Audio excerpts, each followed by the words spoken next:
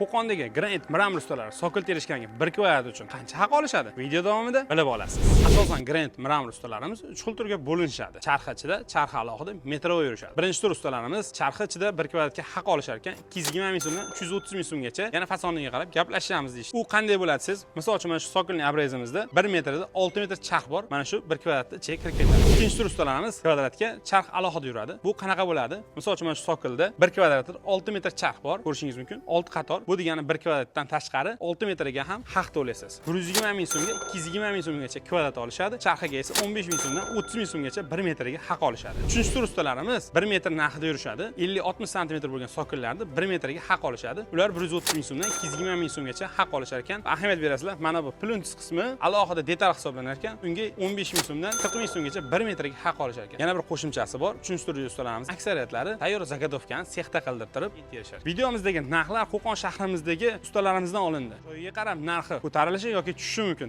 Ob'yomga qarab hisob-kitob qilinadi. Bu videomiz ko'pchilikka manfaatli bo'lishi uchun do'stlaringizga, tanishlaringizga yuborib qo'ying. Manfaatli bo'lsin.